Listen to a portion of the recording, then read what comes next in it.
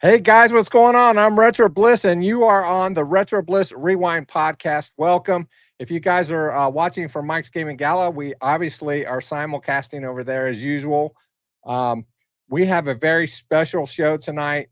We have John Champeau of Champ Games. He has been on the show twice before, and I asked him to come back. There's been a lot going on at Champ Games, and so I thought it would be kind of nice to have him back on to give us an update, tell us what has happened since we saw him last time, and maybe find out what's going on, what he's working on. So without further delay, let me bring in Mike from Mike's Gaming Gala, and then the man himself, John Champeau.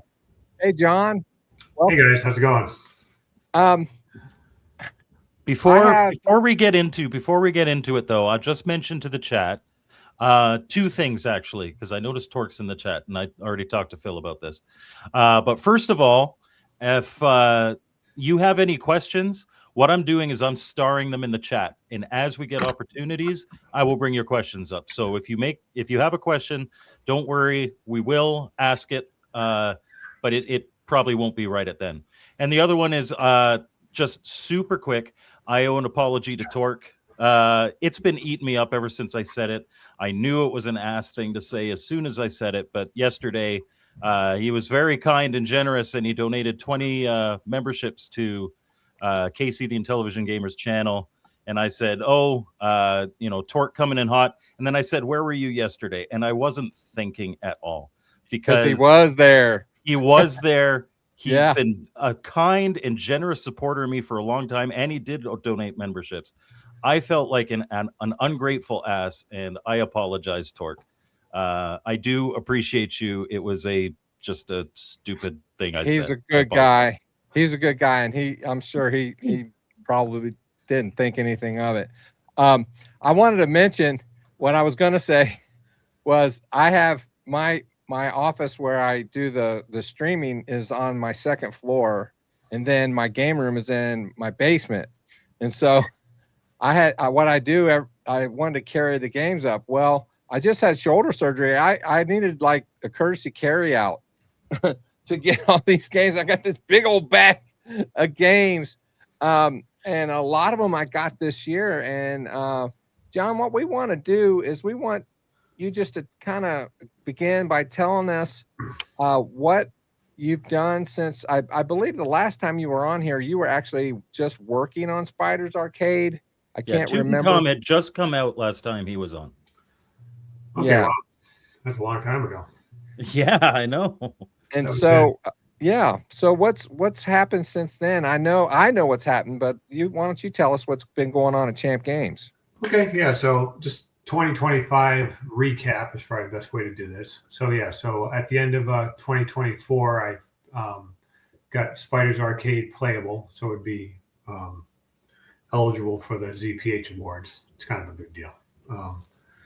So I think I posted a build of that in the end of the year. So that was good. That was actually a really fun game to work on. It was one of my favorites growing up. So I know a lot of people weren't really aware of it, but it's a great shooter, and I really, really enjoyed working on that one. So it looks like the community's really enjoyed it too. So a lot of people. It's fun. Yeah. Mike was streaming that on his channel a couple days ago. Yeah, it's challenging. It definitely gets the blood pressure going for sure. But, I remember when you first put the demo out, I decided I would kind of showcase it without having played it much. I was getting killed all the time, and we were making fun of him, but apparently you bailed him out. Yeah, Mike, he razzes me all the time about my gameplay, and if anybody belongs or watches this channel at all, if you're here for expert gameplay, you're probably at the wrong place. Yeah. Exactly. But I was getting killed left and right, and while Mike was making fun of me, John's like, wait a minute, he shouldn't be getting killed that easily. And so I think you had said that you were making some tweaks to it or something after you saw me playing, which was embarrassing, but not only that, the demos we release are usually a little bit too difficult because we're testing them and we haven't really honed in the gameplay yet. Spiders, that would have been November, December last year. We didn't release it till August, so we had plenty of time to, what we end up doing eventually is we try to make Novice something that, like a kid could play, an 8-year-old or Phil. That could just, you can just pick it up and play and not get stressed out and just really enjoy yourself for a couple levels. And but really, I will say to all the chat, and Phil will laugh and Casey will laugh, but you get so much more out of the Champ Games experience if you actually read the manual. Because there's extra gameplay modes, there's so many extras he puts in there. Yeah, we really I gotta tell you, the manuals are the worst part of releasing a game, at least for me. It's very stressful, and it takes a long time. Not as much as to make the game, but certainly that's we do put a lot of time in that, and Nathan does a great job with the layout, and we have multiple iterations of the content to make sure that it's something that's usable and useful for the people that buy the game. So thanks, Mike, for being probably the only guy that actually reads them. So I appreciate that. Well, I don't. I know, exactly. So for everyone who Phil doesn't read, Mike reads 2 of them. So and they are all free. All of the Champ Games manuals are free PDFs on his website. Yes. Oh, yeah. It's not that with people. That's a decision I made last year that, instead of usually we would just give them to people or give the links to people that bought the ROMs. But then I thought, this might be a better idea for people. If you go to the game description pages that we have on our website, they all have a link to the manuals. That way people know exactly what they're getting when they buy the full version. There's no guesswork there. And you've got demo ROMs for everything on there too. Yes. Yep. And we've actually put together. We have 25 games on there now. So we do have like a pack that you can download, the Champ Games pack, which has 14 games, and then we have the Champ Games Presents pack that has 11 games. So you can get them all in one fell swoop if you want, either an NTSC or PAL. So it's makes it a little bit easier. So. So as far as Spiders is concerned, we worked on that. And one thing I've really taken on, I wish I could turn the clock back a little bit on some of these older games, but I really have enjoyed and appreciated working on the challenge mode of these games, where, when we first started doing these games back in like 2000, whatever, well, I actually started in 2006 with Conquest of Mars and Ladybug. Mm-hmm. The goal was really just to try to get it as close to the arcade as possible. But in my older years, maybe I've gotten a little more creative. We certainly try to do that first, and then we always save space and time to add new challenges, and that's where challenge mode was born. It was actually born out of Galaga, our port of Galaga, which is Galagon, where we added challenge mode there just because it happens to be called challenge stages, and we kept the name. And since then, we've tried to add a challenge mode to all our games where it still plays like the original game, but when we add new levels and we add new enemies and obstacles and things like that. So I think that brings a lot to our games. And absolutely, it really makes it worth. It makes it worth coming. You know what I mean? And basically, especially like on a Chaotic Grill, for example, you have a level editor on that. I'm like, what? That was a great addition by Philip at the end. Very similar to what I did with Wizard of War. Wizard of War has a level editor as well. But the thought process there is that as developers, while you're making the game, it's much easier to make a level through an editor. So you make it for yourself. Then at the end, you decide whether it's worth keeping, because obviously that takes up ROM and other features that could have been included don't get included. But Phil did a great job. He spent the last 3 or 4 months really trying to squeeze in as much as he could to that game. And certainly I added some guidance with what we do with Champ. So it was more. He was never mandated to do anything, but it was more like, well, here's what I would do if I was making this game. Here's what I would have added and things like that. So he kind of took the lead on that. And some things were just impossible to do, either late in the cycle or limitations of the engine that he was using or whatever. But I think what he did actually include in that, the release version Chaotic Grill is I think leagues above what was available like the year before, the demo ROMs, obviously. So I think that one got closed up pretty well. Interesting enough, I had started a Burger Time clone myself back in 2018. I got pretty good into it, and Nathan Strum, I know you guys all know who Nathan Strum is. He's a guy that does works on excellent artwork. He's Excellent. He let me know that there was another version being made, and that's when I reached out to Philip, and so he had made some great progress on Chaotic Grill, and that's where I handed over the reins to him and said, okay, well, we're not going to have 2 Burger Time clones. It doesn't make sense. So I remember Chaotic Grill being a download at Atari Age for quite a while. Yes. And my concern was, and I even asked you as soon as I heard it was coming out, there was a problem with like hit detection, and I can't remember, there was something else. Yeah. But anyway, it's just kind of buggy. Yeah, that's typical of a work in progress. So yeah.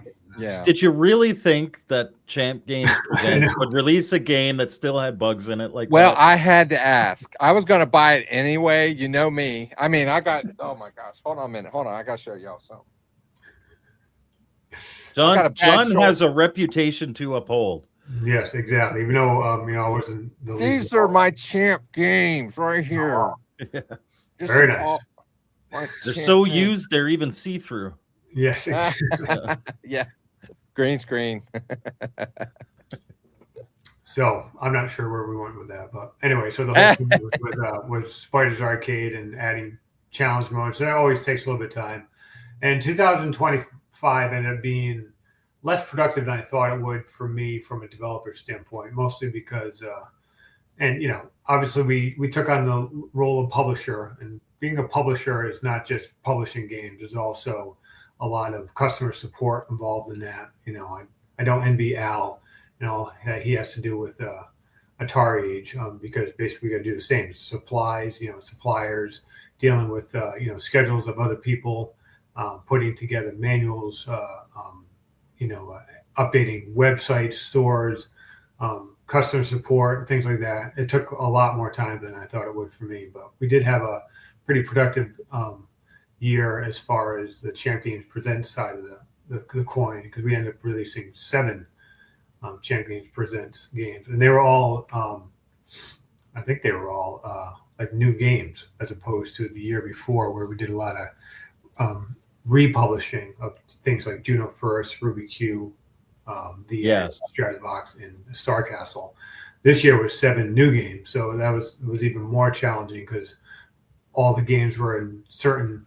It wasn't like we had new games; we were just adding splash screens too. It was, working with the developers to get those games completed. And like Mike said, get them to a certain standard as far as what Champ Games is concerned. And it's challenging because obviously Champ Games, we use the ARM. We go full cheat mode. That's what Nathan and I call it. Our goal and our mission statement is we use every resource we can to make the game as best as we possibly can make it. We don't go, well, they couldn't have done this in 1990, so we're not going to use that, or make it an engineering task where how many can we fit it all in 4K or something like that. We go, we'll use as much ROM, as much RAM, as much CPU, as much whatever to make the game as best as possible. But I also respect other developers that want to use less resources, either to challenge themselves, because in the end we're all engineers that make these games. It's not just some guy off the street. It's the challenge of actually making the game is part of the allure of making these games for the 2600. So Bob Montgomery, he makes Squish'em, but he used 8K just plain assembly. Or we have Carl. Well, there's a certain yes, yeah. There's a certain art to that in itself. It's like this is legit. What this legitimately could have been a game they released in the 80s. Yeah, exactly. And that's how I started. Like Ladybug is 16K, no extra RAM. That would have been something that could have easily been released in 1983 with no modifications whatsoever. And same thing for Conquest of Mars. Certainly, Avalanche is only 4K. That was my homage to the original, 1979 4K, and that turned into a double release. We released it through Atari Age as Avalanche, and then we were fortunate enough to have Atari license it as well. Even though they own the license, but license our code, and so we sold the rights to that. We also had did the same with Conquest of Mars, which the original intention was to release that as Cabins of Mars through Atari back in 2005. That deal fell through, ended up being released as Conquest of Mars, but everything made a full circle, and working with the guys at Atari, they've been excellent. They've been really, really good working with That was the first homebrew that I got from you. Yep. Yeah, that's a great one. I love that game growing up, and that's really what started all for me. When I did the kernel for that was the first kernel I've ever done, and that would have been summer 2005. And after that, it was like, that's where my love for developing Atari games came from. Once I saw, hey, I could do this, that was like, hey, maybe this is something I could excel at. So, if I can say this, I stream all the time. Well, I used to stream all the time. I normally stream more than I have been. But anyway, especially when I'm playing your games or games that you are distributing, consistently in the comments, people always say, "What if we had this back then?" And I think that's the driving force for people wanting to buy your games, because, let's face it, Galaga, right? Mm-hmm. Your port is excellent. It's not arcade perfect, but if we would have had that back then, it's like, oh my goodness, are you kidding me?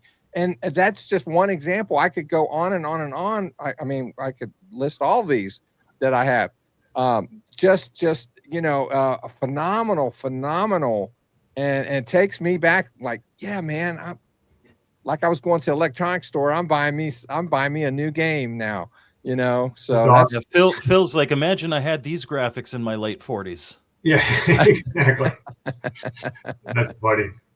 Yeah, that was part of the allure that got me into Atari 2600 program as well. I'm just like you guys. I was born in '68, about 20 years after Phil. But oh my goodness. No, I'm just kidding. I'm kidding. I am a Gen Xer. I am a Gen Xer. If I'd been born 8 months earlier, I would be a baby boomer. But yes, okay, so you're right on the cusp there. That's good. Yeah, so I'm right there. Part of our group here. So if I had been born 4 months later, I would be a millennial. Yeesh. So we're on either side of the we bookend it. Oh, nice. Yeah, I was smack dab in the middle of that. So Atari came out, I was 9 years old, and that was just like a dream true for me. So those memories are hard to shake, and the nostalgia of those games. And when did you get your first 2600? The year it came out? Christmas of '78. So a year later. Yeah, it was quite a surprise too. We didn't grow up with the means to do that, but my mom really pulled quite a surprise for me and my three brothers that day. So man, that's the most memorable Christmas present I ever got. Yeah, exactly. And that was the only time I was hooked up to a color TV. It's like as soon as we were done that day, she's like, "Okay, I'm hooking up to the 13-inch black and white." Man, that's what me too, man. Exactly. Because we had the big console TV, and that's where my mom watched her soap operas. Days of Our Lives, by the way.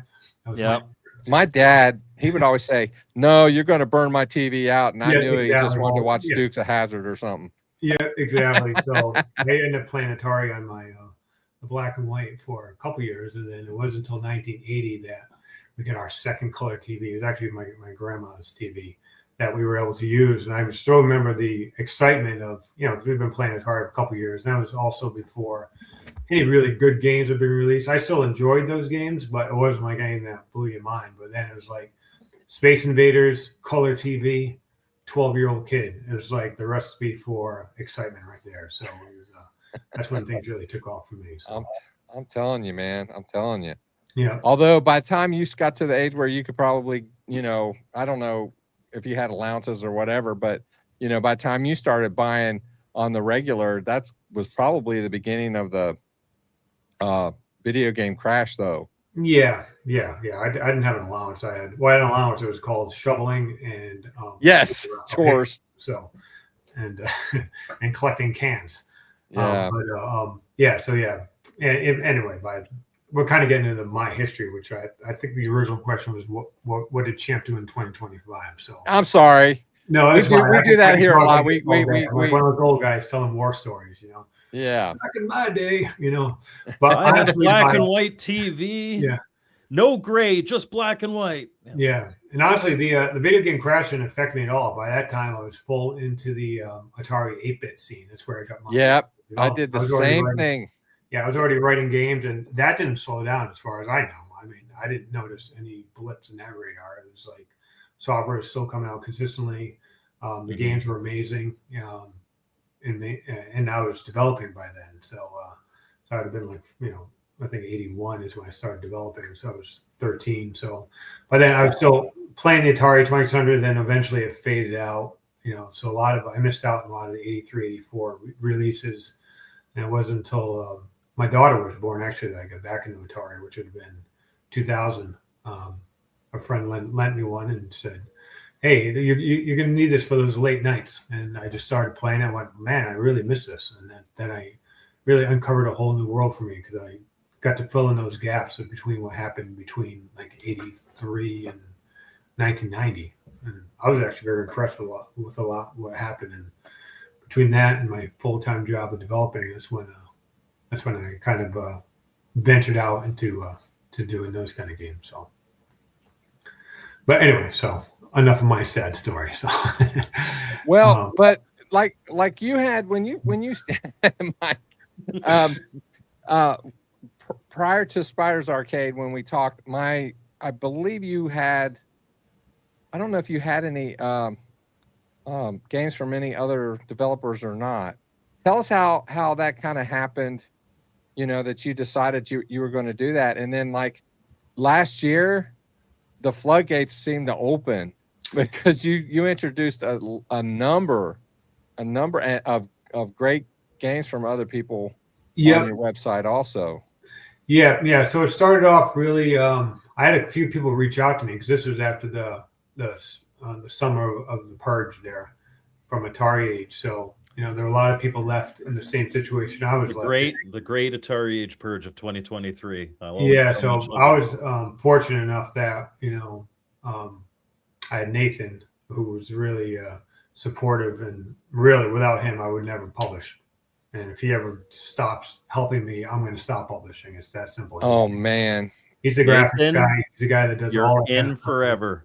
Yeah, he's invaluable. There's no other way to say it. So, so him and I, we went back and forth. We actually went to Opcode, and I asked,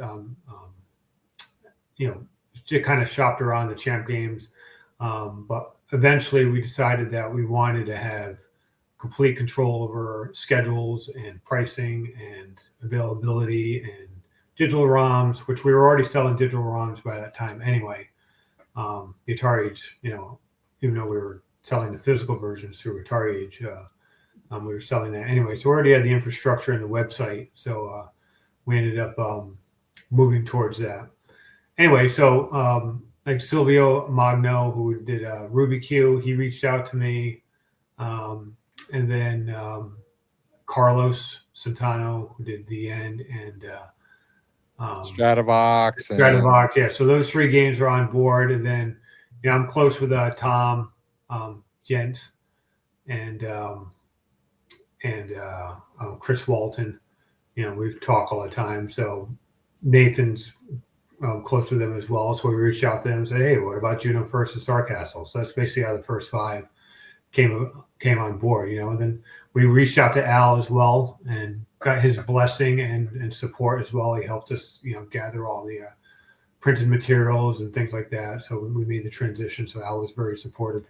I was also very supportive in the publishing realm as well. He gave me all the links to, I'd never published before. So he helped me, here's where you get the inserts. Here's what I do with the boxes. Here's how you do shipping, So he spent a lot of time with me helping with that transition as well. So I know it pained him to have to do what he did, but he was very supportive post purge. So shout out to Al for that as well. So you had mentioned that last time that he So all right, my point being is that the publishing and picking up these Champions Presents, and that there's a lot of people that have contributed probably even a lot more than me to that. Champ Games just obviously I do a lot on my end with the website and the customer support and helping with developers with testing and setting up game testing clubs and reading manuals and showcasing games and things like that. But there's so much that goes in this stuff. So anyway, so that's how that came about. And then this year in 2025, those were all previously published games. And in 2025, we went out and we secured publishing for other games that, again, wouldn't be able to be published through Atari Age anyway because they're unlicensed, games. Yes. But Philip Blackman, I approached him about Cat Grill. Again, we've been going back and forth with development as well, and helping him with ideas and stuff like that. So eventually, he decided that publishing through Champion was the way to go. So we did that, and then Carlos gave us 3 more games with Tomahawk, Lucky Chase, and Dino Eggs. And Chris Walton came back with Boom. And am I missing one? I think I am. Boom. Squish 'em. Squish 'em, yes, exactly. Oh, yes. Then we reached out to Bob. I didn't realize Squish 'em was a port. I guess it's a port of a Commodore 64 game. So that had been removed. Yeah, Squish 'em Sam. Yep. So we reached out to him. And again, some developers say, hey, all I want to do. So that was a republish. Kind of, because he ended up going deluxe. So the original was 4K. He expanded to 8K. He had a lot of new features to it. I think he did. Yeah, he went from 6 enemies in the original to 21 in the new version. Yeah, the extra 4K. Plus, he put in that speed challenge mode. There's now a proper title screen. There's save key support for high score. So it wasn't just a lazy. Yeah. Not that those are lazy anyway. Some people just don't want to go back. I know I'm the same way, but well, and that's if you don't mind me saying, that's one of the benefits I think of you. Like we talked about this at Portland too. When you publish a game, everybody knows. Okay, John Champeau, Champ Games, but it's almost never just you. You've got a team of people that you work with. People do audio, people do graphics, people do. Your manuals and your packaging and all this stuff. And so a big benefit is that if somebody else is programming a game and you're like, you know what, this has the potential to be a Champ Games Presents release, I think it's of that quality and it's something that we want to put out there. You can bring all the power of all that team to help them bring it up. Yeah, exactly. I mean, put up to those standards. So it's quite a team we've assembled. So it's we have a good workflow now. So when a project comes in, it's not like we're running around like chickens with our heads cut off. We know what to do, how to do it. Put in a schedule. Like last year we were able to have. I know we've talked about this before. It's like, hey, well, how come you don't release games all through the year? And the reason is just really it's a money reason, because printing, it's not like we're Atari or some big company where we go to a printer and say, hey, we need 50,000, copies, boxes printed. It's like we need 100 copies printed. So guess what? The price is twice as expensive. So we're always have an eye on the bottom line, and that's for the consumer, not really for us, because believe me, there's not much money to be made here, if any, when you factor in all the time spent, especially. Right. The time is ridiculous. I mean, every single weekend, Maureen, my wife, and I, we spend every single weekend 4 or 5 hours doing champ orders, And it sounds like, oh, wait, 1,000 orders? No, that's like 20, 30 orders, because it's every game has to be built, we have to box it, we have to you have to put little plastic spiders in the box. Yes, exactly. There's so much to do there. So nice touch, by the way. Yeah, thanks. So anyway, so that's how Champions Presents came about, and we do have some options for Champions Presents this year. We've actually reached out to Manuel Rochler. I don't know how to pronounce the name, but he did a bunch of old games like Colony 7, Starfire, stuff like that. Those have been So we're looking at an opportunity to maybe republish some of his games as well. I'd be down for a Starfire Deluxe. I loved like he has Oh, TARDIS in there, and he has Can I ask about Colony 7? There was a trackball version for that. There was a regular joystick version and a trackball version for the 2600. Did you know that? Yes. Oh, yeah. Absolutely. We're working with Tom Yentz did that trackball hack, so we're working with him and Manuel. That would be really nice, especially for those of us who buy ROMs. Yeah, I think back then it was actually sold as a separate version, and then you had to buy the joystick version. So we're gonna try to combine it all into one version. Yeah. Trackball or joystick. We probably won't support every single type of trackball out there. It just doesn't make sense. We're not going to release a 128K game, so that one guy with the obscure, Amiga mouse can play our games. It's like at some point you got to draw the line and make something that's reasonable for the good of the group. So, we will add trackball support and joystick support to that. And again, the other ones are like Starfire, and there's a couple others I don't remember, to be honest with you. But anyway, so we're looking at that. So that's one opportunity there. So I do want to get back to more development this year. There's one thing I was not happy about, and some people have commented on PRGE. I had a little grumpy face. But that was mostly good. I was really tired because I was working on Ripoff late at night trying to get a playable version, which I did not end up getting done. But we are getting close on that one to have it playable and released. I know it's not a huge technical challenge as far as what Champions usually puts out, but it is one of those annoying favorites of mine from back in the day. I have very fond memories playing it with my brother. Well, a lot of people like Ripoff. Yeah, but there's nothing wrong with it. Not everything has to have like the graphical impressiveness of like an Elevator Agent or a Tutankhamun or a Turbo. Like, one of my favorites of your games is Ladybug Arcade. Like, it's just because it is such a good version of an already awesome game. And it doesn't have to be, it look like it belongs on the NES. It just plays so good. Oh, thanks. Yeah. So for Ripoff, we're obviously going to have the arcade version, and then we're adding some new features to that. We're going to have challenge modes and power-ups. It's really going to heavily focus on multiplayer. It supports 4-player simultaneous play, which is a lot of fun. So we're all four of you either defending or protecting the pods, or you can have like a 1-person versus 3 enemies, 3 people controlling enemies. You also be able to pick up the pod yourself, on when you're protecting them. So there's going to be some cool little features to it. So we hope it'll be something that's, it's not going to be a huge seller, probably long kicks, but at least it'll fill a void. It's something I started back in 2006. So, I'm one of those guys that really bothers me to have projects that I've started and I don't finish. So that's going to be something I can cross off the list as well. So. Well, you mentioned Kicks may not be a great seller, but I don't know why. It's a good game.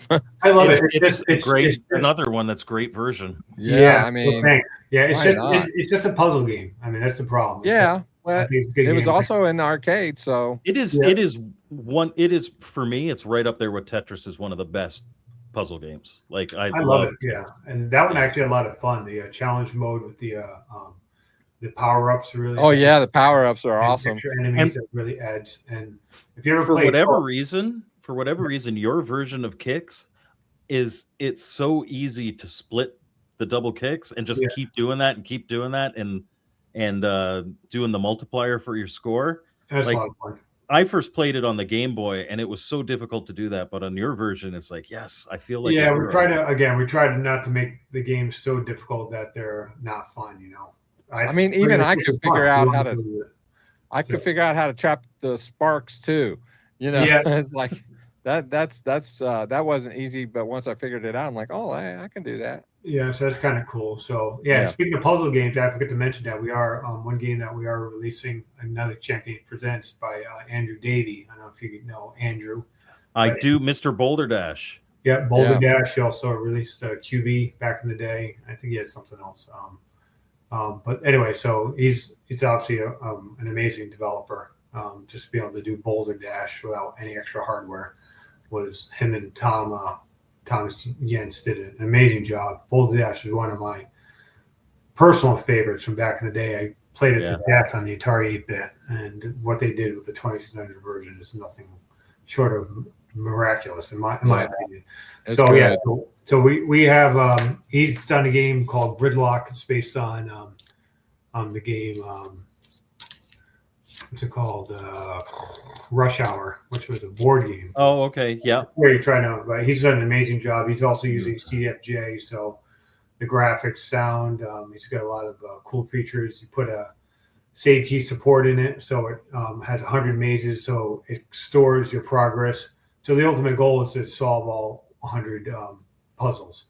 And it's power ups. You can earn solvers, he calls them. So if you get stuck, you can use the solver to get to the next one. And it unlocks extra levels when you clear 10 of them. So he's done a great job making that game, really increasing the replayability to that. So we're looking forward. That one's basically done. We're working on the manual, and that will be part of the first batch of games that we print this year. Hopefully also with a rip-off, and then maybe a few others if we can get manuals games set by then as well. So, can I ask you a question? It's related to the 2600 and 7800 plus consoles. Mm-hmm. When my recollection is the last time that you spoke here on the podcast, we talked about it, and you were a little skeptical that your games would be playable on those. And they are now with the I don't know if it's the beta update or the latest update at Atari Age, either that or the one from Atari directly, but they play great. And so my question is, were you involved in that process to get it playable on those consoles? Yes, but only from a support position, meaning this guy Chris Smith. He's a great guy. I've been working with him probably for like a year. He was actually at the Portland Retro Gaming Expo, which it was great to meet him as well. But he has spent countless, hopefully not thankless hours doing this kind of stuff for the community. So I've sent him a lot of cartridges to test. That's really kind of what got this going. He was able to get Mappy going, and he reached out to me with Ben from Plan. Yeah, I don't know Ben. So that's kind of what got the ball rolling. And then I just sent Chris a bunch of cartridges, to just say thank you for all his hard work. So, he has a pretty good set of Champ games, but also games that they couldn't get working. So he had physical copies that he could work off of. So he was able to get those going. Then I went through my old archives trying to find as many, because a lot of these games require the original ROM to get working from a cartridge, because it uses like the checksum and some critical bits that I can't read off the cartridge. So that's where, there's like 10 versions of Turbo, and maybe not 10, like 4 or 5, a bunch of elevated agents. A lot of the newer games only have like 1 or 2 versions, but those are needed for backwards compatibility with cartridges that have already been released. But then anything new from that point forward that we sold obviously gets tested, and it's compatible with the Plus systems as well. So I probably spent maybe 30 or 40 hours testing, and so there was a lot of time on my end, but none of it was really technical. It was all just support. So did Chris, if his name is familiar to me, did he do the firmware update for the Retron 77 also? Like the latest one? His call sign on Atari is Razord, but with a zero instead of an O. So I don't know what else he's done, but certainly he's done an amazing job with system compatibility. So everyone on the show, or anyone that needs to know, you need to go to Atari Age. Atari is way far behind. They are still on the 2.014 version, which does not support any of our games except maybe Scramble and a few of the a few of the CGP Champion Presents titles. 2015 is available on Atari Age, but 2016 is the latest and much greatest, I would say, because a couple of things that it does.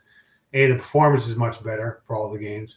2, it supports all of our games, all 25 that we sell are supported on 2016. You can't say that with 2015. And the big thing is that 2016 adds virtual save key support. So if you enable that, so any game that uses a save key, you can enable that, and now you have save key, you can save your high scores. I was going to ask you about that. I think that's awesome. I'm going to check. I only have 2.0.1.5, but you need 6, yeah. yeah. So, but there are a lot of people who buy your physical games who would love to get an Atari box because of Gorf Arcade and Wizard of War and the other games that you use it for. But Atari doesn't sell it anymore. Where can they get an Atari box? Well, unfortunately, you'd have to get it off eBay or wherever's selling it. Right now, Atari Age is the only distributor, as far as I know, of the Atari box. And I talked to Al about it. Al is, he's just like us. He wants to be able to get those Atari boxes out. There's an issue with the chips. There's an issue. There's a shortage of chips. Fred, I don't know if we all know who Fred Quimby is. I certainly do. He's the guy that makes all the boards. Yeah, Concerto. Yeah, Concerto, Harmony guy. He's also the guy that makes the melody boards that I use in my games. He also makes the one-off games that we sell, like Juno 1st. And anyways, but him and Al, I don't know if I can say this, but not that it's a huge secret. I'm sure it won't violate national security too much, but they are working on a new design that will use different chips, and the hope is that there'll be a whole new batch of Atari boxes available sooner than later. So I don't know what the timeframes are on that. I know Al puts a small batch into the store every so often. With what I understand, they last probably maybe one day and then they're gone again. So so that's a little frustrating because obviously we do a lot of games that do a few games, even the games like Juno 1st and Star Stratobox, and Squish'em supports it now. Ruby Q supports it. So there's there's probably 5 or 6 games that we sell that support the Atari box. So that would be the only way to get those. So that's maybe not a question for you, but I mean, just to put it out there, how difficult would it be to add voice support to the Stella emulator on the platform? Extremely, unfortunately, because the design for the chip is not open source, so legally it cannot be ported to anything. So if it did, it would have been done. It would have been done 20 years ago, but legally it cannot be done. So fair enough. Yeah. So that's if anyone is wondering why, it's not because no one has figured it out. It could be done probably in a day, or I'm exaggerating a little. I've always thought that. It didn't occur to me that it could certainly be done and emulated if there was a legal way to do it. So I don't know the exact details, but it has something to do with the licensing and who owns the SpeakJet chip or something like that. It's, again, don't quote me on that. I just know that it can't be done. There's not a technical barrier stopping it from being done. It's a legal, one of those famous legal ones. So because that would be the best. That's the only way you'll ever get it in the Plus systems, because the Atari box will never, ever, ever, and I can say that emphatically, work on a Plus system just because of the hardware limitations of the joystick ports. Neither will a Quad Atari. So that's just the way it is. So, and that there's no, with what I understand, explained to me, there's no way to get it to work. So, so that's unfortunate, but it's just a reality we have to deal with. So it's just amazing that it will play your games at all, though. Yeah, I mean, exactly. So we definitely got to focus on the positive. I'm sure a lot of people that these games would never, and again, that's a big shout out to Chris and the guy that does the Gopher emulator. I forgot his name. I think it's Mike, or is it Steve? I always get Mike and Steve confused. But anyway, I think it's Steve. But it's probably Mike. They've done a lot of great work just with optimizing. They've really done a fork of Stella specifically for the Plus systems, and written code that basically says, if you're a Champ game, do this because it'll make it run faster. So that's I'm honored that they do that just for my game. So it's we should really be thanking them for their efforts. So. Oh, absolutely. I'm going to read this comment, and then we're going to get to some of the questions from chat, because I've got like 41 starred comments right now. Wow. Game Boy Replay says, I'd love to see someone port obscure arcade games to the Atari 2600 or Atari 7800. It would feel like being a kid again. This is the guy. He does it. Yeah, exactly. I had never heard of Spiders Arcade before you released it. Yeah, I'd say a lot of our games, maybe not obscure, but certainly they're not too common. I know a lot of people said they had never played Mappy back in the day, or played Zookeeper back in the day. Obviously, we do some more popular games, but games like that are Rip-Off. I don't think it was super popular back in the day. That's Rip-Off I played. I never played Zookeeper though. Yeah, and then we have a lot of Champions Presents titles that are fairly I never heard of The End or Stratovox or things like that. Yeah.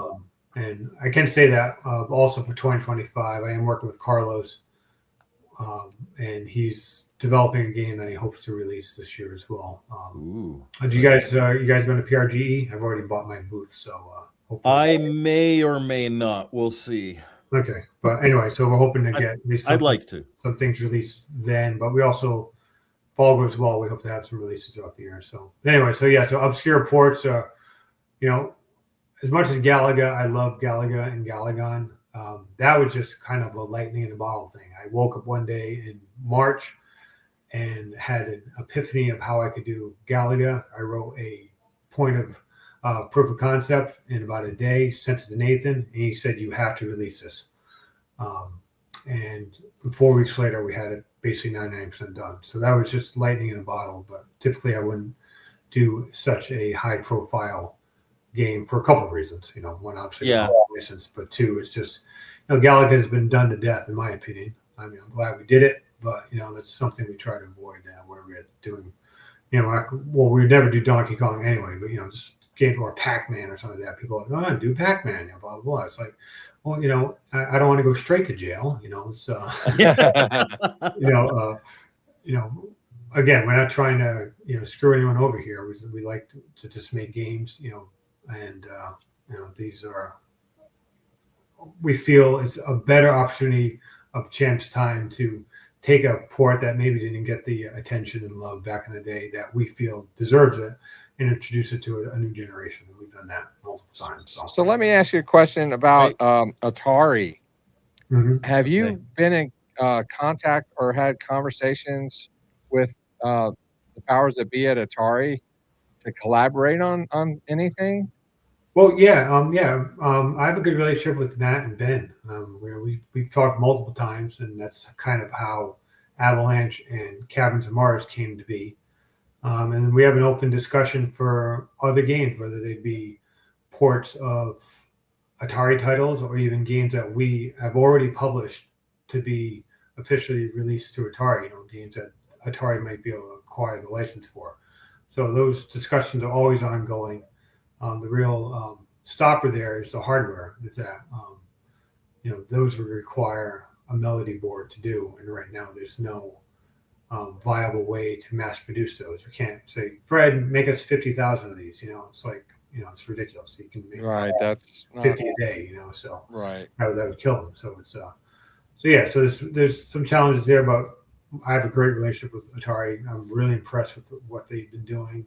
I think the Plus systems are amazing. And I'm excited to see what they have in the future. So we have Matt came over to the PRGE booth in Portland, and we discussed this very thing. And so the door is always open. So if the stars align, Champ Games Atari collaboration is certainly something it's happened before. It could happen again. Yeah, and I'd be completely open to it. I mean, that's a dream come true. It's what I want to do as a kid. So I mean, no one's going to say, "Hey, do you want to go to Disney World?" No. But yeah, I'm going. No, I want to go to the Atari Hotel. Exactly. So that's our show tomorrow night. Yeah, that's a show for another night for sure. Next question. We have 40 of these. Yeah, we've got over 40 now. So are Champ Games concerned about ROM sharing? No, not at all. I mean, we do put each ROM is. I'm about as concerned about as anyone else needs to be. I'm not going to spend my life policing, oh my God, this guy shared my ROM. What am I going to do? It's like, obviously we prefer people don't do that. And if they do it, we're not going to stop it. And I'm not going to sit here on my high horse and say I'm better than anyone. I was part of the crowd that used to copy games back in the day and, MAME ROMs and stuff like that. I mean, we've all done it. Not proud of it. And certainly don't judge anyone for it. So maybe that's why I'm a little lax on it. But we do register each ROM So there is a fingerprint on each ROM that gets sent out. You will know it's you. Yeah. So worst we're going to do is public shaming, or again, if someone's going to spend time actually modifying the ROM so their fingerprint gets corrupted or whatever, then they probably want that ROM a lot more than they probably need it a lot more than I do. So yeah. So short answer, no. But the long answer is we prefer you don't. I mean, because clearly a lot of effort goes into this, and nobody gets rich from homebrew. Exactly. We pay royalties to everyone that significantly contributes to our products in our games. So you're hurting for a CGP title, you're hurting them. You're hurting the developers. So what's going to end up happening is like people are going to say, well, this isn't worth anymore, and not just because of the money, it's because people don't want to be a part of that. It's like right. Now I have a question about ROMs. Now this is not related. I saw a concept. I know that Mike's got questions he's got for the. I've got 43 more. So I know. Let me just ask this one real quick. I saw something. It was like a concept of a multi-cart that would work on a Plus console, and on the top of it, where the top label, not the top, but the end label, there was a screen, and you could like pick the game that was on the cart from the screen and then load it and then turn on your. Have you seen anything like that? No, I'll be honest with you, I don't. Okay. I try to get caught up in that because I have a lot of people asking, will your game work on XYZ? And we do our best. I try to buy as many of these systems. I never play any of them, but just so I can plug in a cart and say, yes, it works in that. But I'm really far behind, and I just saw a couple things about Mr. FPGA and all these other things. I don't, honestly, you're better off, if you want to know if something works on our get the demo ROMs. Get the demo ROMs and try it yourself, or reach out to the community that supports that product, because they'll know much more than I'll ever know about it, and it's always changing. And if it's something that doesn't work, then you should be pressuring them to add support to it. It's that simple. So a lot of times these like Mr. FPGA, whatever it's called, and these things, they just don't run the proper. They don't. I think the Mr. FPGA is I don't think it can work on that because it's a core that's just running the 2600. So it's not. And it's just running a ROM, so it doesn't have. It's not emulating the hardware, like the hardware in the cartridge. So that's really the issue there. So anyway, I kind of jumped ahead. Sorry, I was looking. Yeah. Oh no, there's no worries. Yeah. Do you prefer carts or ROMs? And would you like to see a Intellivision Sprint style machine for the Atari 2600? Or aren't there already like 100 Sprint style machines for the Atari 2600 called flashbacks? Yeah. Right. Well, so the Sprint is like you can load all your ROMs on there. Well, you could do that with the new ones though. Yeah, all the new flashbacks. Okay. Yeah. The 11s, they have SD cards. So teach their own. I mean, I love part of the nostalgia for me is actually having a physical cart. I mean, the ROMs are really for convenience, but to me personally, the ROMs kind of detach you from the experience. That's my own. That's fair. Yeah, but then if you put a ROM on a Harmony cart and you're playing on a real system with a CRT and a real joystick, and I have my feety pajamas on, then maybe I could pretend that I'm still 9 years old again. But anyway, so either way, I mean, I know a lot of people have space issues with cartridges, but personally, I like. And this goes the same for like music and stuff like that. I just like to have something physical, something tactile. I'm with you. I'm with you. Read, and I love reading. Like I used to read manuals, unlike Phil, front to back. Even the Atari ones, like you get, air sea battle. I read that one front to back. Read them all front to back because you want to know everything about the game. I thought they were fascinating too. So yeah, and M. Mark. M. Mark says they don't work on the Mister at this time. Yeah, so it'd be interesting to reach out to whoever's doing that development and say, well, why don't they work? Can it work? Was there something that may happen in the future? So I'm going to use this one as a blanket one. There's like 4 or 5 questions here. for a whole pile of different systems. Do you know how to program for, now this says Intellivision, but people were asking 5200, 7800, Jaguar was mentioned, Atari 8-bit was mentioned. And are any of those systems something that you would want to play with in the future, or is the 2600 your jam? Okay, well, yeah. So I don't know how to play the Intellivision, and I'm really a big fan of the Intellivision, and I know Casey. That'll hurt some people in the trap, but that's okay. Exactly. Oh, no. I do have fond memories of the Intellivision now because it was a cool system. Like when I was growing up, there's only a few people that had the Intellivision, so I specifically remember going to my buddy's basement and playing Major League Baseball. Also remember playing like Utopia. I enjoyed these are like as a kid. So yeah, so I think it's cool. I just never got into it, so there's no nostalgia pull there. So I don't know where to start, to be honest with you. So well, speaking of baseball, I saw that on the website that that's kind of a proof of concept kind of thing. Maybe right now, I don't know, but are you working on a baseball game for the 2600? yeah, that was showcased. I think on one of our posts on Facebook. So it was. I admit I probably jumped the gun a little on that. We started that in February of 2020. Nathan and I worked on it for probably like a month. I posted some pictures of it and did a post on Atari Age. I thought it was coming on great, but that's the last time I worked on it. So that was March of 2020. So I'd love to do it, but I'm not going to throw Nathan under the bus because it was way too much for me as it is already. But the last thing was, okay, you do the sprites and then we'll start going with this. And we're still, as I've done that, I've said, oh, can you also do sprites for these 30 other games? So it's unfortunately, but it is on the list for 2025 at least 2026 to get a work in progress by PRGE. So we're hoping that. We know that it's interesting because back when I was 12, and going back to the Intellivision as well, is that video sports games was such a huge deal for me growing up. I love them, whether it's basketball, baseball, football. I'm not going to say soccer, but we might as well. Hockey, stuff like that. I love football. But I think a lot of the draw there was playing with your buddies. Now that we're older, we don't have our buddies. We don't have friends anymore. Yeah. I hope we don't have our friends sleeping on our couches.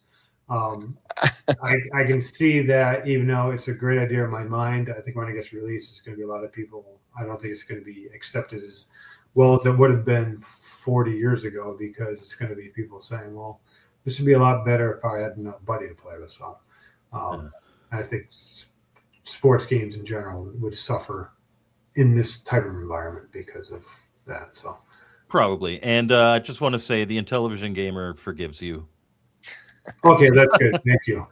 He's an Atari lover though, so he loves Atari too. Yeah. So anyway, so back to your question real quick. So we'll just go over the list real quick. Yeah. I got my start on Atari 8-bit, so I do hope to return to that one day. That'd be awesome. 5200 is my favorite system that I never had as a kid growing up. I thought it was the coolest thing ever. I still do. So what I may do is what I would like to do is do a 5200 8-bit release of the same game, which is that would be really cool. So that would be something I may revisit at some point. So because I would love that probably the only one that would have enough nostalgia draw for me to. And I did actually do some Atari 5200 programming like 20 years ago. I just did like the demo. I'll get a dot moving around the screen just so I could get myself familiar with how it worked. So if that dot turns into a game is anyone's guess, but that's those would be the only games. 7800, I think what the 7800 homebrew scene has become is beyond amazing. Yeah, you've got people like Bob DeCrescenzo who's in the chat. You've got Lewis Hill. You've got Joe Kinter. They're doing awesome stuff. Exactly. Bob resurrected that, and there's been quite a community that's followed and really kept that going. But I got to tell you, first time I tried the 7800, I hated it.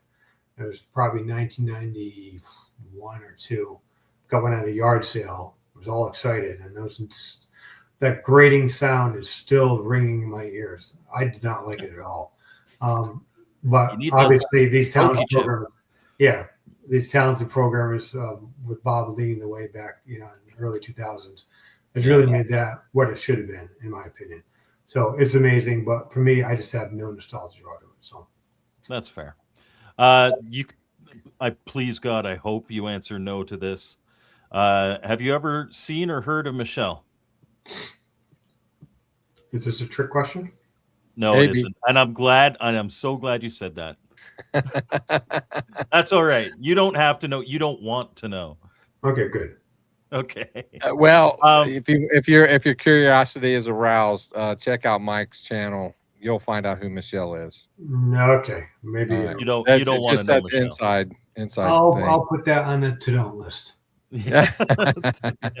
Good idea. What measure of success do you value for a new game release? For my own releases? Yeah. Okay, I would say just the feedback from the community. It's not necessarily sales, believe it or not. Because if that was the case, I would consider Kicks a failure. But I consider Kicks one of my favorite games that I've developed. One I had the most fun with, and one I think that has the best co-op mode and also the best challenge mode. So it's an amazing game, man. So I thought, it wouldn't be that; it would just be how it is received by someone. So the only game I think wasn't received as well as I hoped it would have been Conquest of Mars. Believe it or not, I remember it was released. People thought it was way too difficult, which I guess in retrospect it was.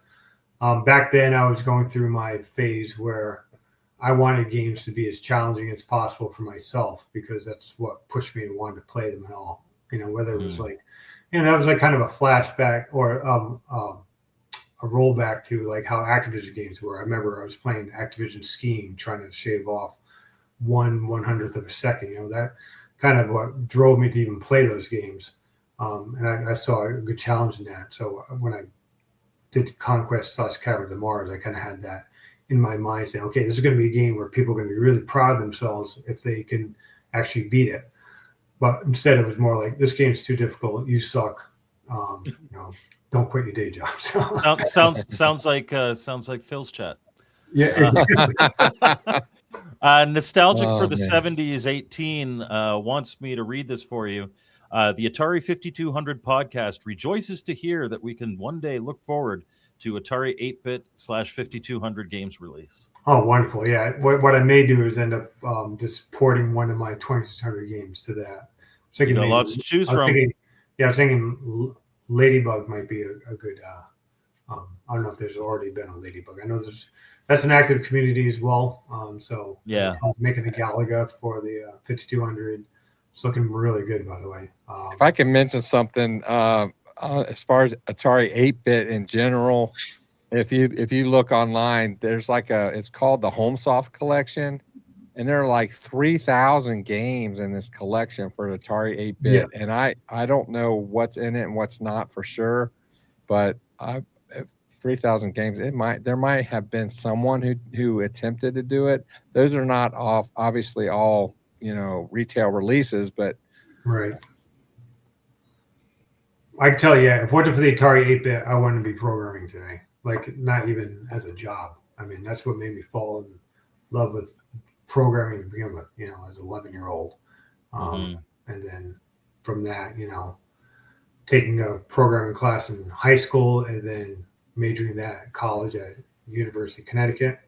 And then starting to develop DOS games in the early 90s, which led to Champ Games forming. Actually, this is our 30th anniversary. Actually, almost February 1st is our 30th anniversary of Champ Games. So, been Retro Don saying there's no Ladybug that they're aware of for the 5200. Okay, good. It's good to know. So there you go. So maybe one of these days I'll at least get that going. So, but the problem, and it's always been the problem for the last 10 years, is that our list, you guys have no idea what the list of 2600 games are that we have in the works. It's literally probably, I think, 3 dozen that are. We'd have an idea if you listed them for us now. Yeah, exactly. Which I won't do, but then that will obligate me to finish them. But Nathan and I we have so many games that are been started, or some much farther than others. But it seems like if I just release 2 games a year, I'll be dead before I finish all these things. So it's like, God forbid I'm not, but it's possible. So that's really the problem is that, and once you get going, changing gears from Atari 2600 development to another one, there's going to be a whole another ramp up period. And it's not just that. So once you make the game, now what do you do? Now you get to actually produce the game. You get it's a whole nother ball game with that. So, but we'll see. Never say never. So, all right. Paul Chester says that you're probably tired of seeing his name come across your desk. Yes, Paul has become quickly one of our best customers. Thank you, Paul. He just started buying games from us probably a couple weeks, maybe about a month ago, 6 weeks. I'm not really sure, but he's really been. Every day I see a new order from him, and I'm just about to ship out an order, and wait, Maureen's like, we got another one from Paul Chester. Don't throw that one up yet. Got a bigger box, and so we do Nothing that. wrong with the bigger box. Yeah, we try to combine shipping and save people money if we can. So it's thank you, Paul, for all your support and everyone else. So, we've covered this in a previous interview. If you want to just give us like a really short response to this, but how do you decide what games to make? That all comes by inspiration. And you're going to have an example in a few weeks because mid-December, out of nowhere, Nathan and I were having some random conversation. And a month later, we had almost a full working version of a game no one would ever expect from us. And it just came out of nowhere. It was something we weren't going to do, nothing. And it's a really cool game. So it's a port, and it's something that so it's all by inspiration. That's what happened with Gala.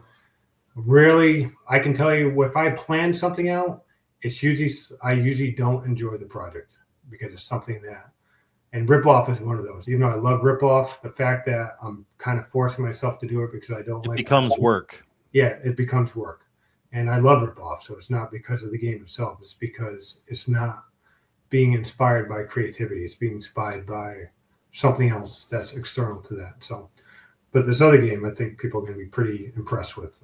I was impressed. I'm like, man, we're doing great in this. And it's one of those games where in a month we can do what usually I've been working on ripoff for a year, and I'm still toiling away. It's like I get like 20 minutes in, and I can't do this anymore. And this game is like, bam. So that's really how we do it. So, and sometimes there's obviously a lot of people from the community. They'll suggest something, and then I'll go take a look, and I'll think, it's actually kind of cool. Actually, Phil, you were playing a game on your channel about a month ago that I looked at. And this would be a cool game. And I went and played on MAME, and I started it because of you. And I will let you know what it is if we ever get it to a playable version. So, wow, that's really one of the 30. Cool. Yeah, you seem to enjoy it too. So I'm like, Phil's going to enjoy this one.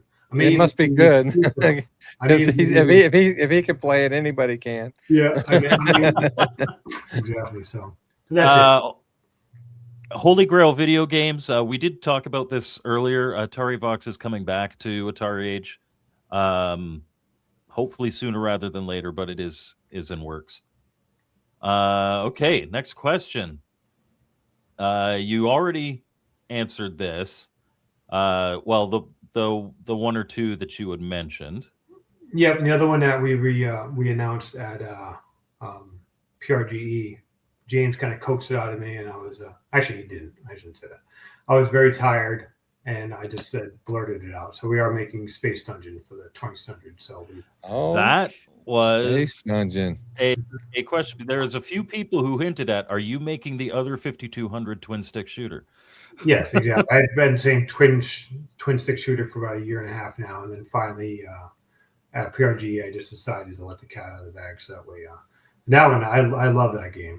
Both in the 5200 and the arcade. So that one is probably about, say, 20% done. Nathan's done all the graphics. And I have a basic engine working. So that one's definitely going to be released this year. So it's being called Cosmic Dungeon, by the way. So, okay. Well, there you go. Cosmic Dungeon, completely different game. No issues there whatsoever. Yeah.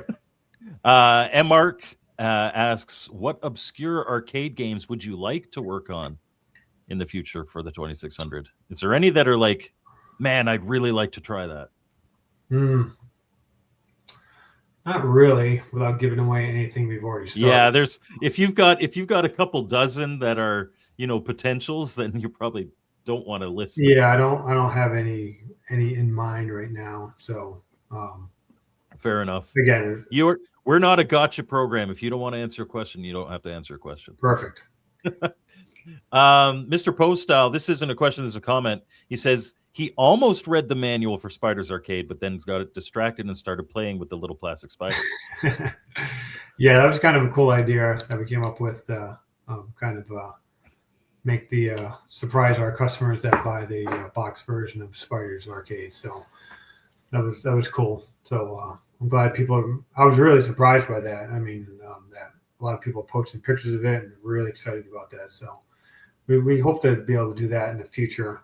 It's always about doing something that makes sense as far as if it fits with the theme, and those are what, like, you get 100 of them for $5. Yeah, exactly. Like, it doesn't cost you anything. Exactly. Yeah, we can't do things where, hey, we're going to include like, well, you saw at PRGE, we're giving away $5 gift certificates to Burgerville for buying Caddick Grill. It sounded great in my head, but it cost us like $250. But it was actually it probably made a lot of money for Burgerville because people didn't want to use them because it had like the Champ Game sticker on it. Yes, exactly. So we can use it to get them right back. So anyway. Chuck Finn says, "Hear me out. Asteroids, but it tanks the GPU." Is that like code for something? I don't understand. It makes your 2600 catch on fire. Basically, it overworks the graphic capabilities. I think he's talking about Space Rocks, right? Doesn't Space Rocks already do that? Space Rocks does a really good job of it. It's pretty good. Yeah, exactly. And it's interesting. Space Rocks started off. Daryl started that off. That was his 100 sprite demo that turned into Space Rocks. He was just trying to see how far he could push the arm, and he did a 100 sprite demo of rocks floating around. He goes, "Oh, might as well just make Space Rocks out of this."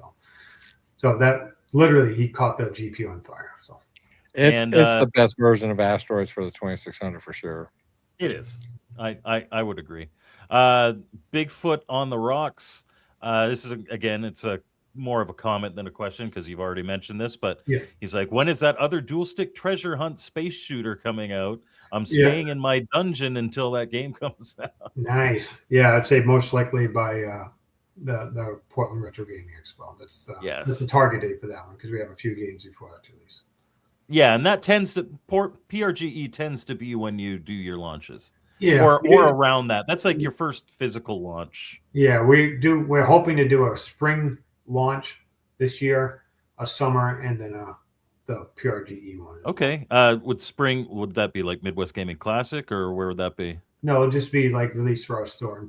Just on the store. Okay. Yeah, so batch of games. Again, we get enough games together where we can do a print job where we print up 1,000, labels and things like that. Get a decent price. Release 4 or 5 games, reprints or whatever, and a couple new games, and then we'll do that in the summer, and then we'll do one in the fall. So it should be a fairly big year for Champ if all goes well. So that's awesome to hear. A good year for Champ Games is a good year for Atari fans. Retro Gamers 1977 says, are you going to do achievement patches for? He says all the games. I'm going to say other games. Because you've done them, you have that. Is it Galagon or is it Gorf? Gorf. And he says I'd pay for them if that would help get the ball rolling. Yeah, I don't know. That was kind of a bust. What we did, we ordered 800 because we just didn't do that right. We ordered 200 of each patch because there's 4 levels, so there's 800 patches. It costs a lot of money, and I think we've given out 30, and this is after 5 years, so it's complete bust. I think the big problem for me is that you have to do it on an original system, and I only have the ROM of Gorf. Yeah, so I'm thinking of relaxing the rules a little bit, maybe. Just saying. I would enter then because I've had scores that would get me 1 or 2 of those patches. Yeah, just send me the score, and we'll put you on the board. And get you. I was actually thinking of starting to include the patches with Gorf Arcade, all 4 of them, but you can't get added to the high score list until you submit a score. So that way, everyone gets the patches. I can get rid of the patches, You have them as a collectible, but you can't brag about But you it. haven't earned them unless you're on the list. Exactly. Yeah. And this is, we already talked about you potentially doing some Atari 8-bit stuff in the future. This is a comment from Mr. Postal. In Dino Eggs, you travel back to Bliss's elementary school days and steal his breakfast. What's that? Oh my God. And so you released Dino Eggs. Yes. It's a game about going back to Phil's elementary school and stealing his breakfast. That's basically what it's all about. You get Phil's big foot trying to crush you. Gen X Memories asks, what about an RPG type of game? Is that you? Because you do a lot of arcade ports. Is that something that even interests you? Absolutely. But I'm more of an action RPG guy. I don't like Ultima. I got to be honest with you, those kind of games. But one game I did really love growing up was Temple of Apshai, if that's how you pronounce it, for the Atari 8-bits, which is more of a, it was kind of like Dungeons and Dragons, but you had a guy on the screen you were moving and attacking monsters and stuff like that, and getting treasures and stuff like that. So it was more of an action RPG. So if we ever did something, it would be something along those lines. I almost see Tutankhamun Arcade is almost like an action RPG, kind of. But obviously, you're not ramping up, your skills and stuff like that. So that would be the next. Yeah, I have thought about that, and honestly, a thought I did have would be you would create a character that you would save to the Atari, to the save key, and then we could sell cartridges with different adventures, and you could use the same character, and you could collect stuff in one adventure, and then go back to the original game with a magical item that you had gotten to get through it. You know what I'm saying? So it would almost be like a Sword Quest type situation, except one that doesn't make you want to blow your head off. So there's some opportunities there, but we'll see. Okay. Andy Author says, are you still doing Xevious for the 2600? And how are you going to do that when the 2600 controller only has one button? Good question. Well, I mean, Xevious, the demo has been out for 5 years, right? So Chris is already, so that's already available. So we're not going to do anything. It's already one button controls both. Or you can use a dual button, right? That's right. Gamepad. I remember now. Because one thing a lot of people don't know is you can use a Sega Genesis controller for a lot of your games and have multiple buttons. Yeah. So the way Chris, again, Chris is being developed by Chris, but if we do release it, it will be a Champ Games release, just because Chris has kind of handed the reins over to me to complete it.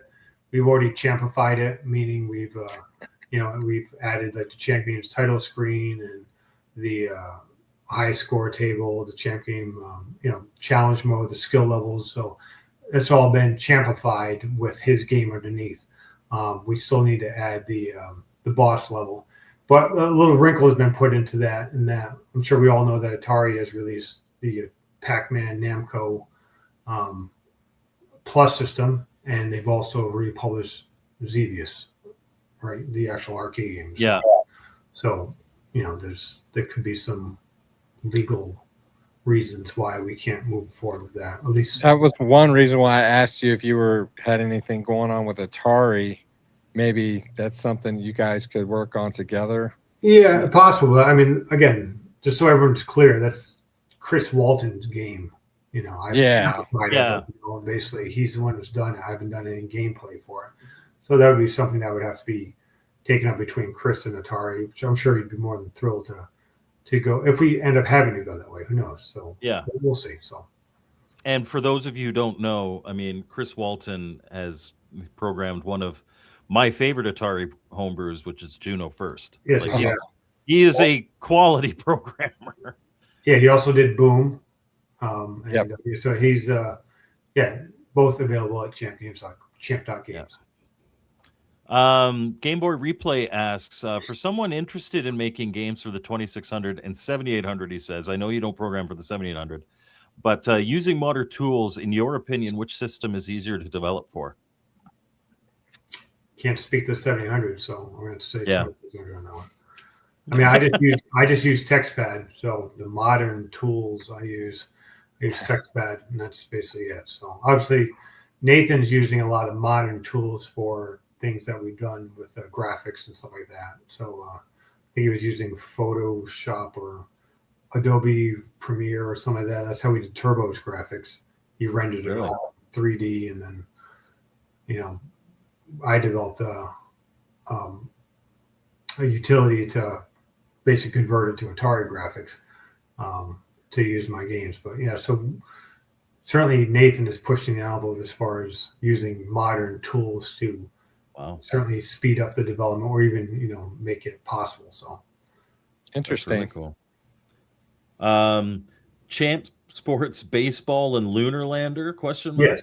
Okay, so Champ Sports Baseball we've already talked about. It's something I really want to do. Nathan's always said he won't work on it until the Mariners win the World Series. So it's not getting done. They came close this year. At least they made the playoffs. Lunar Lander, again, that's an Atari property. So if it does get released, we've already talked to Matt about that. And if that does get released, it will be released as an Atari title, not a Champions title. But we will most likely do the development on that. There's a Lunar Lander I guess it's a work in progress, but it's a complete game right now. But certainly other stuff we would want to do if we did end up releasing it. So, okay, here's a really interesting question from Andy Author. Do you ever worry about copyright infringement with how close to the arcade versions some of your games are? Or do you have, or do you contact the arcade rights holders for all the games that you do, is what he's asking.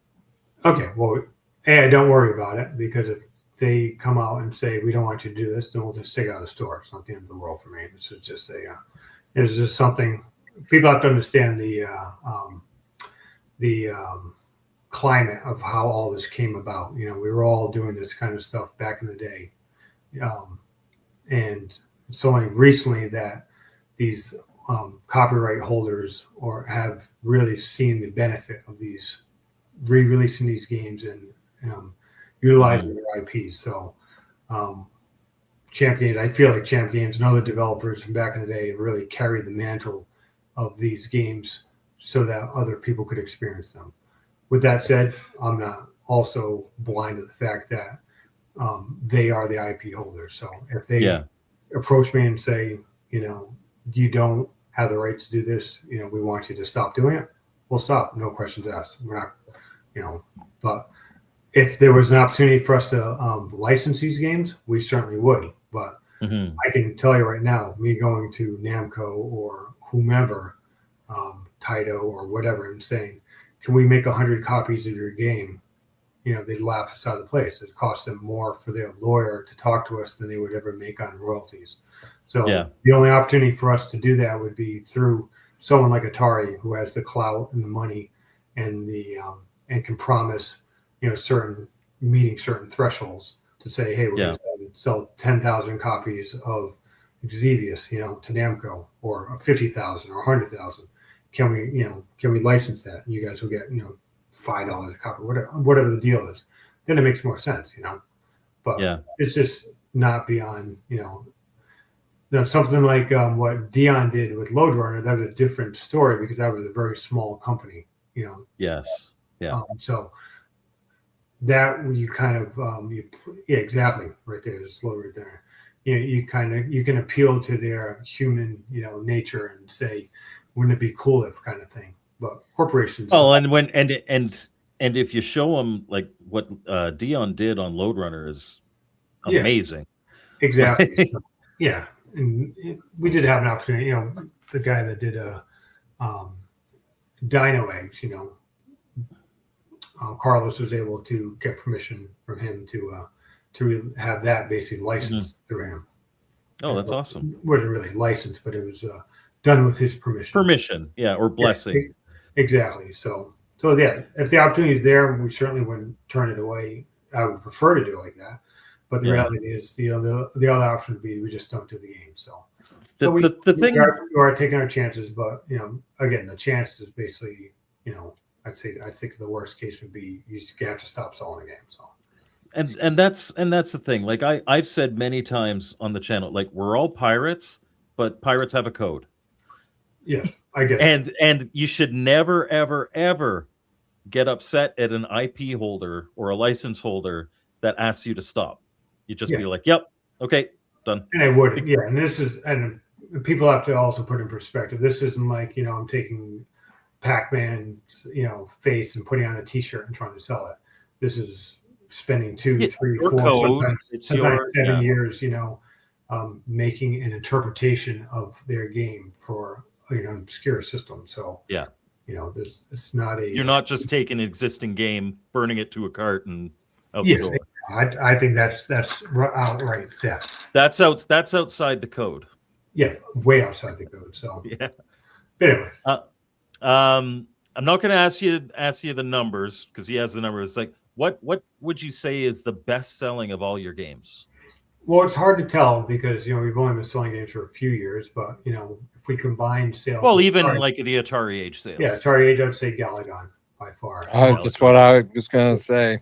I wouldn't say by far. I'd say a close second, believe it or not, is Ladybug, and that's only because it's longevity, and that's the original Ladybug that came out in 2006. And so not that I won't share numbers with you, but certainly the Galagon mostly. I think it's also a pretty good game, but also it's a great game. The name, the Galagon. I think shooters in general sell the best. People can just pick up and play. There's nothing complicated about it. So cool.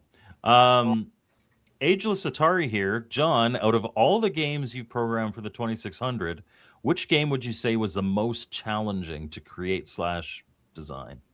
Elevator Agent by far. Yeah, that one was like 7 years in the making. Not that I worked on it for 7 years straight, but it was that.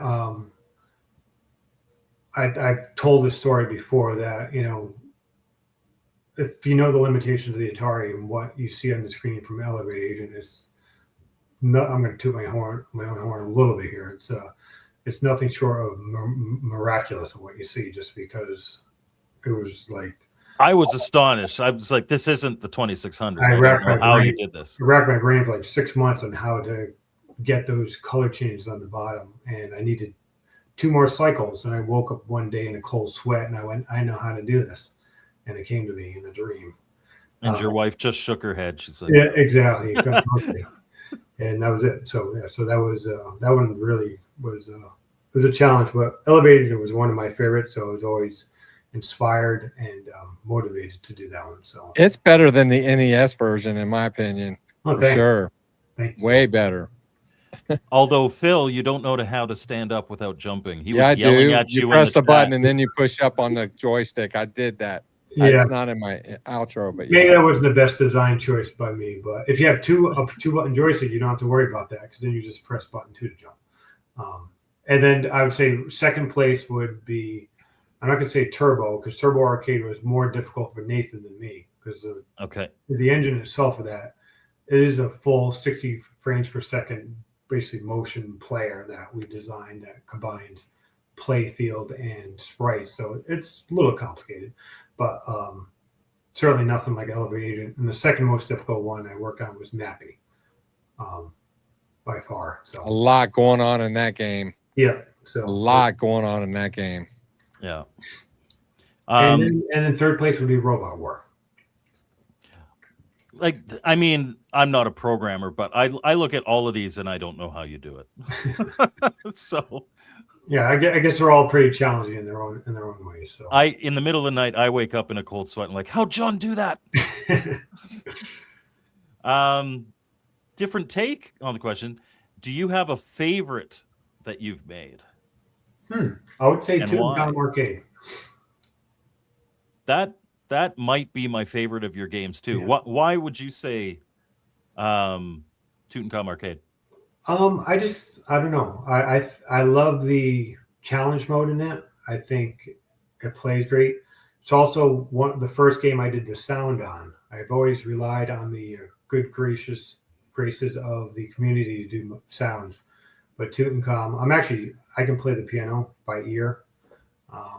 So you got on the piano and went toot toot toot toot toot toot toot toot toot. Basically, that's kind of how I did it. Exactly. Well, it was, coding the notes are assigned numbers.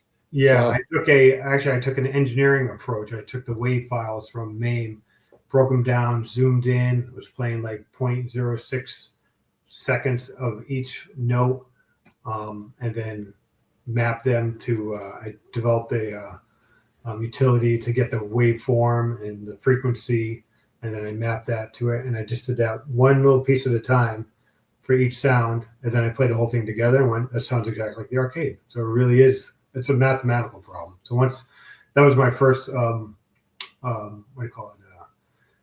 I majored in math before switching to computer science and ended up getting a minor in applied mathematics. And so that was my first love, was math, before computers ruined that dream.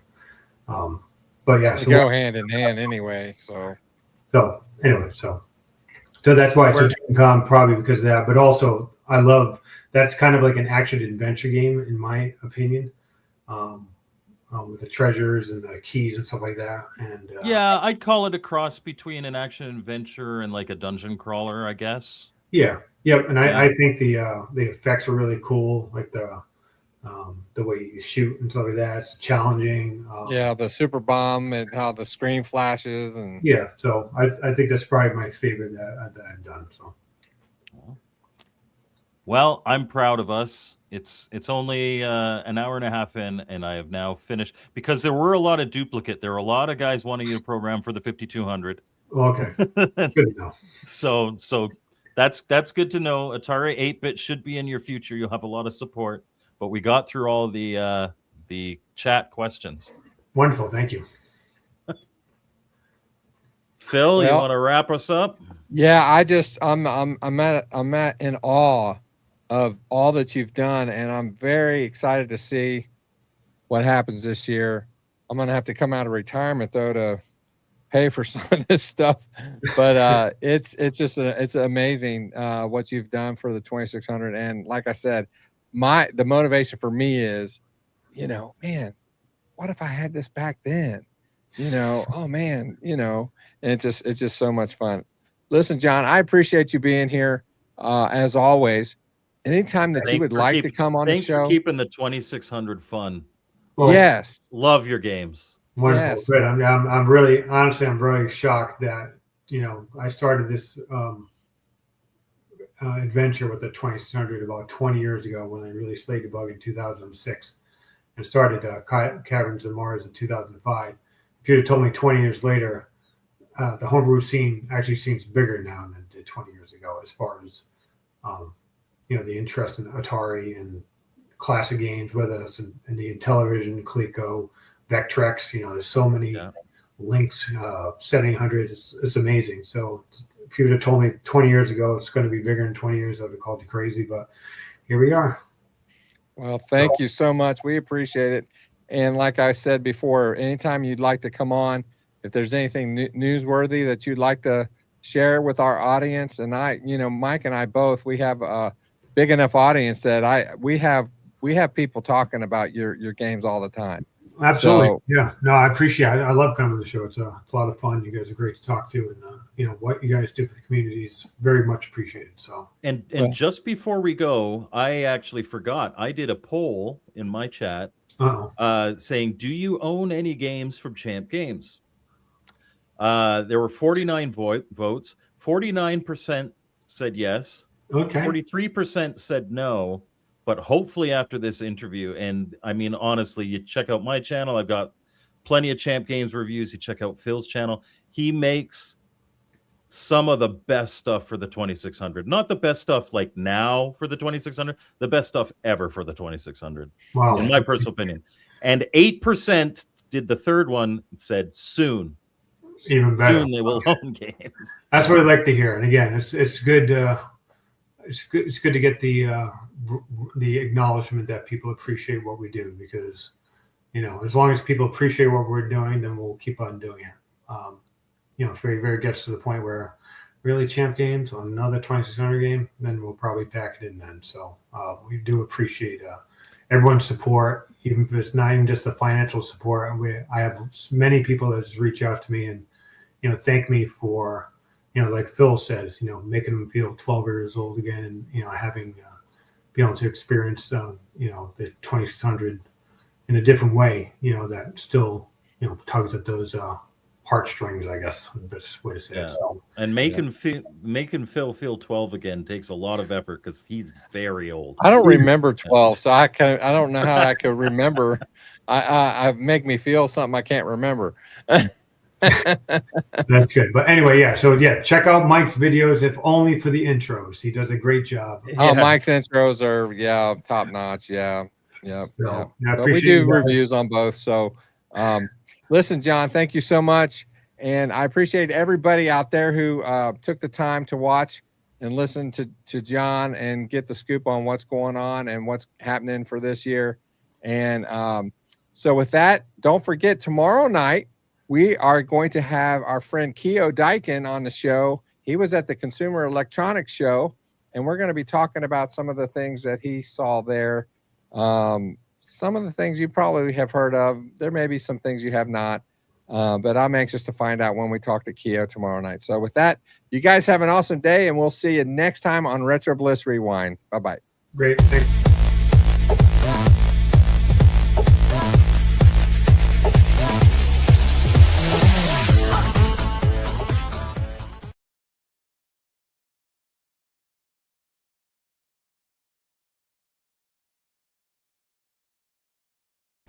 There we go. That was good. Yeah, that was really great. Good. That was I can't great. believe when you said you had 43 questions. I went, oh my God, this is worse than the SATs. Yeah, I'm telling you what. Thankfully, a lot of them were duplicates. It's like the one guy, the 5200 podcast or whatever, there was like 4 or 5. It's like, are you going to do anything for the 5200? Are you going to do? That's funny. I don't know if Michelle, you can see I wasn't chat. going to say it.